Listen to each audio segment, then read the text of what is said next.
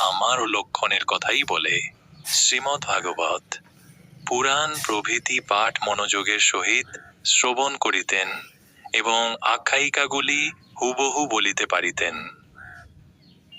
বিদ্যা শিক্ষা বিষয়ে মাতা পিতার যত্নের কোন ত্রুটি ছিল না, সুযোগেরও অভাব ছিল না। কার্তিকপুর জমিদার বাড়ির বাহির বাড়িতে মধ্য ইংরাজি বিদ্যালয়, অধুনা কার্তিকপুর উচ্চ ইংরাজি বিদ্যালয় ছিল। এই বিদ্যালয়ে তাহাকে ভর্তি করানো হইল।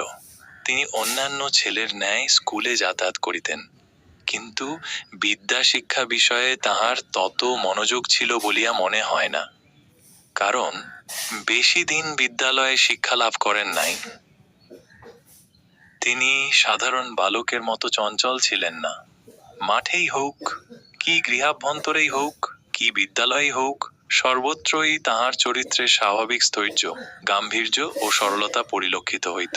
কখনো কাহারও সাথে কলহ করেন নাই বা কাহারও মনে ব্যথা দেন নাই, পরন্তু তাহার ব্যবহারে সকলেই তাহাকে ভালোবাসিত।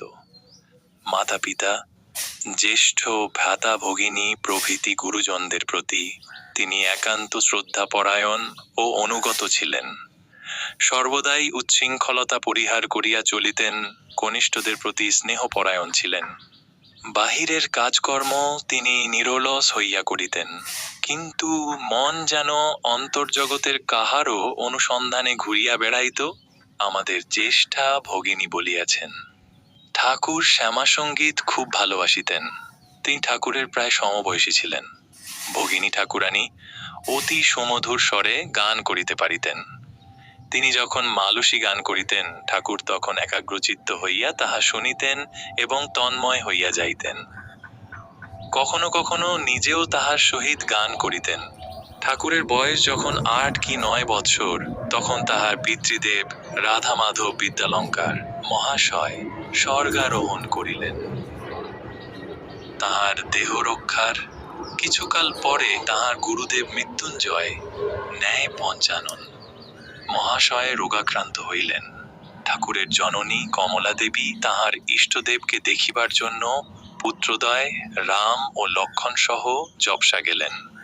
তাহার গুরুদেব অনন্তধামে চলিয়া গেলেন। প্রথমত পিতৃদেব এবং পরে তাহার গুরুদেবের মৃত্যু, এই দুইটি শোকাবহ ঘটনা উপর্যুপরি চক্ষের সম্মুখে ঘটিয়া যাওয়ায় ঠাকুর অতিশয় ম্রিয়মাণ হইলেন এবং সংসার যে অনিত্য তাহা বুঝিতে পারিলেন। এই অনিত্য সংসারের উপর সে বয়সেই তাহার বিরাগ জন্মিল।